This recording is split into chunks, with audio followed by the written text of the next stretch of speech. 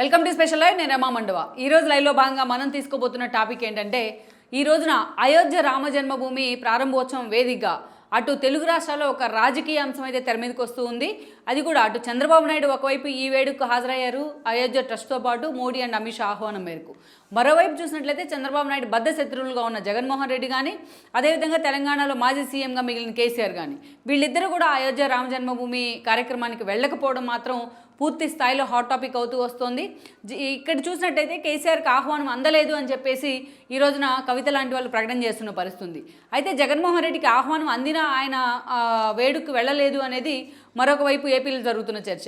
So ఓవరాల్గా ఇలాంటి ఒక ఇండికేషన్ ద్వారా చంద్రబాబు నాయుడు బీజేపీకి దగ్గర అవుతూ ఉంటే, అదేవిధంగా అండ్ దెన్ ఈ రోజున కేసీఆర్ అండ్ జగన్మోహన్ రెడ్డి దూరం అవుతున్నారనే ఒక ప్రచారం అయితే జరుగుతోంది. దాన్ని ఎండార్స్ చేసే విధంగా ఈ రోజున వాళ్ళిద్దరూ వ్యవహరించిన తీరు మాత్రం నిజంగా తెలుగు రాష్ట్ర రాజకీయాల్లో హాట్ టాపిక్ అవుతూ వస్తుంది. అయితే మరొక వైపు టీడీపీకి ఎన్డీఏకి దగ్గరయ్యే క్రమంలో, టీడీపీని ఎన్డీఏలోకి చేర్చుకునే క్రమంలో వాంటెడ్లీ మోడీ అండ్ అమిత్ షా ఇద్దరు కూడా అటు కేసీఆర్ను ఇటు జగన్ను పక్కన పెట్టే ప్రయత్నం చేస్తున్నారనేది ఒక చర్చ. ఇక మరోవైపు ఇప్పటిదాకా అంతర్లీనంగా, అంటే అధికారికంగా వీళ్ళ మధ్య ఎలాంటి పొత్తులు లేకపోయినా అనధికారికంగా అటు కేసీఆర్ ఇటు జగన్మోహన్ రెడ్డి ఇద్దరు కూడా బీజేపీతోనే పొత్తులు కొనసాగిస్తూ వచ్చారు. బీజేపీ అటు పార్లమెంటు వేదికగా తీసుకున్న అనేక నిర్ణయాలకు అన్కండిషనల్గా కూడా వీళ్ళిద్దరు మద్దతు ఇవ్వడం జరిగింది. సో అలాంటి వీళ్ళిద్దరూ కూడా ఈ రోజున పూర్తి స్థాయిలో బీజేపీతో తెగదెంపులైన వీళ్ళిద్దరికి అనే చర్చ అయితే జరుగుతోంది ఏపీలో జగన్మోహన్ రెడ్డికి అండ్ దెన్ తెలంగాణలో కేసీఆర్కి మధ్య. ఈరోజు చూసిన ఒకవైపు చంద్రబాబుని దగ్గర చేసుకునే ప్రయత్నం చేస్తూనే వీళ్ళిద్దరిని బీజేపీ వాంటెడ్లీ దూరం పెడుతుందా అనే చర్చ కూడా ఈరోజు తెర మీదకి వస్తోంది. మరోవైపు చంద్రబాబుకి బీజేపీ దగ్గర అవుతుంది కాబట్టే చంద్రబాబు నాయుడు కూడా ఆ దిశగా అడుగులు వేస్తున్నారు కాబట్టే ఈ రోజున అటు జగన్ కానీ ఇటు కేసీఆర్ కానీ మోడీ దగ్గర నుంచి డిఫర్ అవుతున్నారా అన్న ఇంకో చర్చ కూడా లేకపోలేదు. అసలు ఈ పరిస్థితి ఎందుకు వచ్చింది? నిజంగా ఈ రోజున జగన్మోహన్ రెడ్డి అండ్ కేసీఆర్లు ఇద్దరు కూడా ఒకరు ఏపీకి సీఎంగా ఉంటే మరొకరు మాజీ సీఎంగా ఉన్నారు తెలంగాణకు. వాళ్ళిద్దరూ కూడా ఈ రోజున వెళ్ళకపోవడానికి కారణం ఏంటి? అయోధ్య రామ మందిరం వేడికి నిజంగా మోడీ నుంచి అండ్ దెన్ అయోధ్య ట్రస్ట్ నుంచి వాళ్ళకి ఆహ్వానం అందలేదా, లేకపోతే ఈ అంశాన్ని అటు రాజకీయంగా తమకు అనుకూలంగా ఉపయోగించుకునే పనిలో వీళ్ళిద్దరూ బిజీ అయ్యారా? కేవలం చంద్రబాబు బీజేపీ ఆహ్వానాన్ని మన్నించి వెళ్ళడమే వీళ్ళిద్దరు గైర్హాజరు కారణమవుతోందా, లేకుంటే బీజేపీతో ఇప్పటిదాకా ఉన్న సత్సంబంధాలకు ఇక ముందు వీళ్ళిద్దరి విషయంలో బ్రేక్ పడ్డట్టేనా?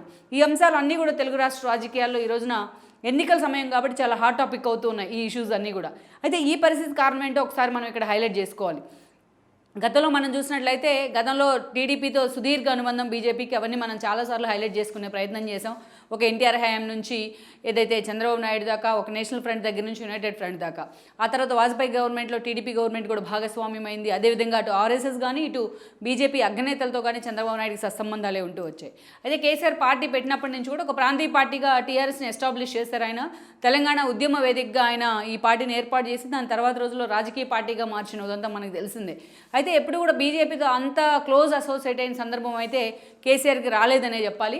ఇక తెలంగాణ ఉద్యమ సమయంలో మాత్రం కాంగ్రెస్ ఎలాగైతే తెలంగాణ ఇవ్వాలనుకుందో అదే స్థాయిలో ఆ రోజున ఉభయ సభల్లో కూడా బీజేపీ కాంగ్రెస్కి మద్దతు తెలుపు తప్పని పరిస్థితి ఏర్పడింది.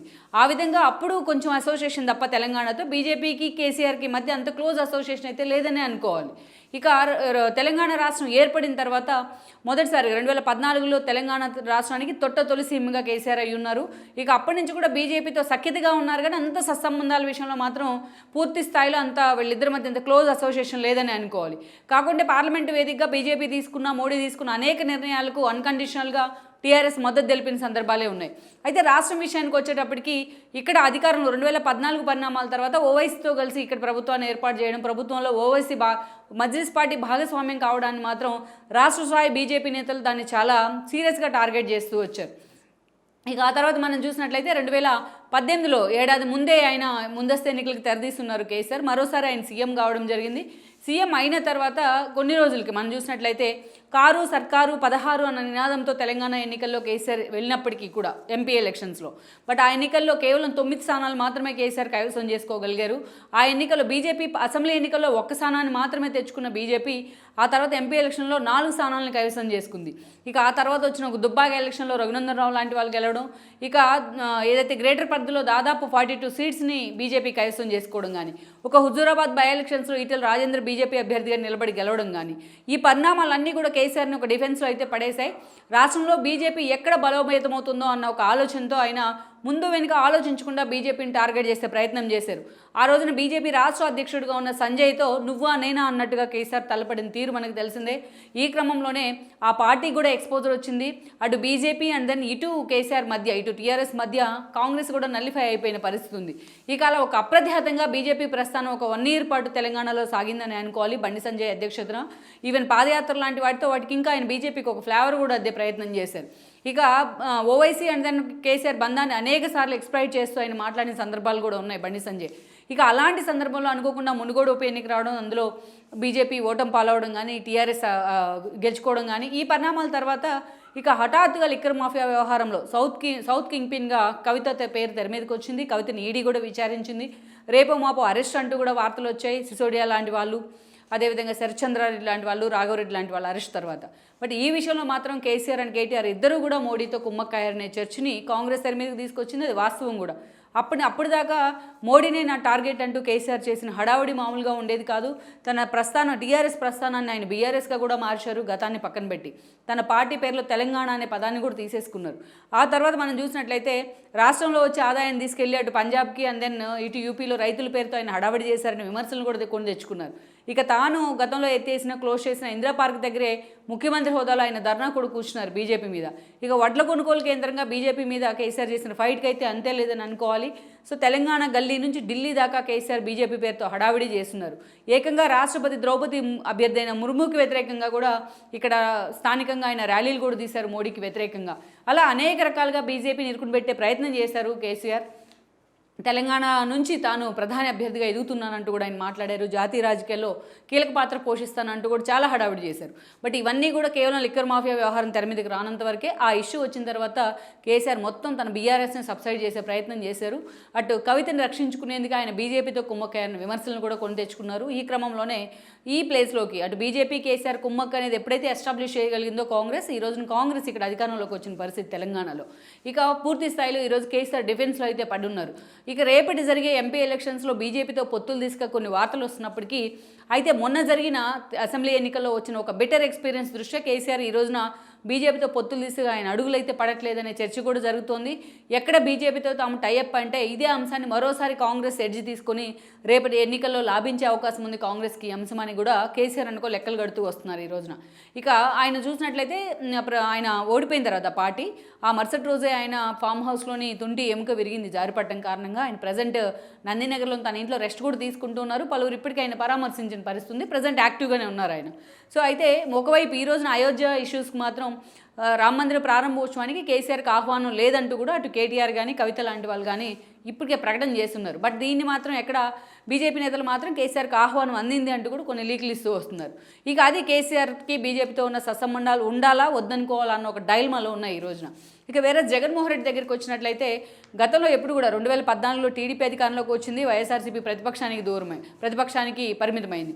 అయితే 2019 ఎన్నికల సమయంలో కేసీఆర్ ఆ రోజున రిటర్న్ గిఫ్ట్ అంటూ చంద్రబాబు నాయుడు పేరుతోనే ఆయన ఏపీలో ప్రచారం చేస్తూ హడావిడి చేయడం కానీ, ఆ రోజున టీడీపీకి విభజన హామీల వేదికగా టీడీపీకి అండ్ దెన్ మోడీకి, టీడీపీకి అండ్ ఎన్డీఏకి మధ్య వచ్చిన డ్రిఫ్ట్ని వైసీపీ తనకు అనుకూలంగా మార్చుకునే ప్రయత్నం చేయడం.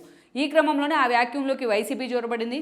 సక్సెస్ఫుల్గా బీజేపీకి దగ్గర అవడంలో విజయసాయిరెడ్డి లాంటి వాళ్ళు కీలక పాత్ర పోషించారు. ఇక 2019 ఎన్నికల్లో జగన్మోహన్ రెడ్డి ఒక థమ్మింగ్ మెజారిటీతో అధికారంలోకి రావడానికి అటు కేసీఆర్తో పాటు మోడీ కూడా కారణం అనేది ఇప్పటికీ ఉన్న విమర్శ, అందులో వాస్తవం కూడా ఉంది. ఇక ఆ తర్వాత పరిణామాల్లో టీడీపీ సైలెంట్గా బీజేపీ విషయంలో ఉండిపోయినప్పటికీ కూడా జగన్మోహన్ రెడ్డి అటు మోడీతో చాలా సత్సంబంధాలు కొనసాగిస్తూ వచ్చారు. బీజేపీ నేతలు రాష్ట్రంలోకి వచ్చేటప్పటికి జగన్ పథకాలను, జగన్ ప్రభుత్వ విధానాలను విమర్శిస్తారు. బట్ మోడీ అండ్ అమిత్ షాలు మాత్రం ఆయన అడగడంతోనే అపాయింట్మెంట్ ఇస్తారన్న విమర్శ కూడా ఉంది. ఆర్థిక వ్యవస్థ అస్తవ్యస్తమైన ఏపీలో బీజేపీ పట్టించుకోలేదని విమర్శ ఉంది. రివర్స్ టెండరింగ్ పేరుతో ఆఖరికి ఏదైతే పవర్ అగ్రిమెంట్స్ కూడా ఆయన క్యాన్సిల్ చేసిన పరిస్థితుల్లో రాష్ట్రం పొరుగు పోగొట్టారనే విమర్శలు కూడా వచ్చాయి. అండ్ దెన్ విభజన హామీల విషయంలో ఇప్పటిదాకా ఎక్కడా కూడా తాను మోడీని ఎక్కడ క్వశ్చన్ చేసిన పరిస్థితి లేదని ఇంకొక విమర్శ కూడా ఉంది. ఇక దానికి అన్నిటికీ తోడు ఈరోజు వివేకానంద రెడ్డి మర్డర్ కేసు విషయంలో అవినాష్ అరెస్ట్ను కూడా బీజేపీ నేతలు ఇనిషియేట్ తీసుకొని ఆపారనే కొన్ని విమర్శలను కూడా ఈ రోజున బీజేపీ నేతలు మూటగట్టుకున్నారు. సో ఇక జగన్ది మోడీది కూడా అన్నదమ్ముల అనుబంధం, తండ్రి కొడుకుల అనుబంధం అన్న విధంగా ఈరోజు కొంతమంది కేంద్ర మంత్రులు మాట్లాడుతూ వస్తున్నారు. సో ఆ స్థాయిలో జగన్మోహన్ రెడ్డిని బీజేపీ ఎంటర్టైన్ చేసిందన్నది వాస్తవం. ఒకవైపు పవన్ కళ్యాణ్ లాంటి వాళ్ళని పొత్తులను కుదుర్చుకొని, అయితే ఇప్పుడు చంద్రబాబు నాయుడు అరెస్ట్ అవ్వక ముందు నుంచి కూడా, అరెస్ట్ అయిన తర్వాత కానీ, అరెస్ట్ అయ్యి రిలీజ్ అయిన తర్వాత కానీ ఆయన మీద వచ్చిన ఒక సింపతి ఫ్యాక్టర్ కానీ, ఈరోజు జనసేన టీడీపీ కలిసిన పరిస్థితుల్లో రేపటి ఎన్నికల ఆ రెండు పార్టీలు కలిసి క్లీన్ స్వీప్ చేయడం ఖాయమని సర్వేలు కూడా స్పష్టం చేస్తున్నాయి. అందుకే ఈరోజు బీజేపీ టువర్డ్స్ టీడీపీ వైపుగా అడుగులు వేస్తోంది. పవన్ కళ్యాణ్, పురంధరేశ్వర్ లాంటి వాళ్ళని ముందు పెట్టి అమిత్ షా లాంటి వాళ్ళు టీడీపీతో పొత్తులు కుదిర్చే ప్రయత్నం చేస్తున్నారు. ఇప్పటికే టీడీపీ అధినేత చంద్రబాబుతోని, అదేవిధంగా లోకేష్తోని కూడా అమిత్ షా చర్చించినట్టు కూడా వార్తలు వస్తున్నాయి. అటు టీడీపీ అధినేత కూడా బీజేపీ నేతల ప్రెజర్సో, లేకపోతే స్థానికంగా ఉన్న పరిస్థితుల్లో, లేకపోతే రాష్ట్రం పాయింట్ ఆఫ్ వ్యూలో ఆలోచిస్తున్నారని మనం పక్కన పెడితే, ఈరోజు బీజేపీతో కలిసి నడిచేందుకు కూడా ఆయన కూడా కొన్ని కండిషన్స్ ప్రకారం అంగీకరిస్తారు పొత్తులు అనే చర్చ అయితే ఎప్పటి నుంచో ఉంది. సో ఇలాంటి సమయంలోనే ఈ రోజున అయోధ్య లాంటి ఇష్యూస్ కూడా తెర మీదకి రావడం జరిగింది. సో ఈ ప్రారంభోత్సవానికి చంద్రబాబు నాయుడు వెళ్ళడం, అదే సమయంలో జగన్, కేసీఆర్ ఇద్దరు కూడా గైర్హాజరవడం అయితే చర్చనీయాంశం అవుతోంది. కేసీఆర్కి ఆహ్వానం రాక ఆయన సైలెంట్గా ఉండిపోతే, జగన్మోహన్ రెడ్డి ఆహ్వానం అందినా వెళ్ళలేదనే చర్చ ఉంది. ఎందుకంటే ఈ రోజున ముస్లిం మైనారిటీ ఓట్ బ్యాంక్ తనకు దగ్గర చేసుకోవాలి అంటే ఇలాంటి ఇష్యూలకు జగన్మోహన్ రెడ్డి దూరంగా ఉండాలనేది ఆయన స్ట్రాటజిస్టులు చేస్తున్న ఒక వర్కౌట్ చేసిన ఒక ప్రయత్నం అనే చర్చ కూడా ఉంది. సో కారణాలు ఈ ఎన్నికలను దృష్టిలో పెట్టుకుని ఆగారా, నిజంగా చంద్రబాబు మోడీకి దగ్గర అవుతున్నారు కాబట్టి తాను సైడ్ తీసుకునే ప్రయత్నం చేశారు, కానీ జగన్మోహన్ రెడ్డి మాత్రం ఈ రోజున అయోధ్య ప్రారంభోత్సవానికి మాత్రం ఆయన వెళ్లకుండా సైలెంట్ అయిపోయి ఉన్నారు. సో ఈ అంశాలు ఇక్కడే ఒక క్లారిటీగా, చంద్రబాబు ఎప్పుడైతే బీజేపీ దగ్గర అయ్యే ప్రయత్నం చేస్తున్నారో, అటు కేసీఆర్ అండ్ జగన్ ఇద్దరు కూడా ఈ రోజున బీజేపీకి దూరం అయ్యే ప్రయత్నం జరుగుతోందన్న చర్చ అయితే హాట్ టాపిక్ అవుతోంది.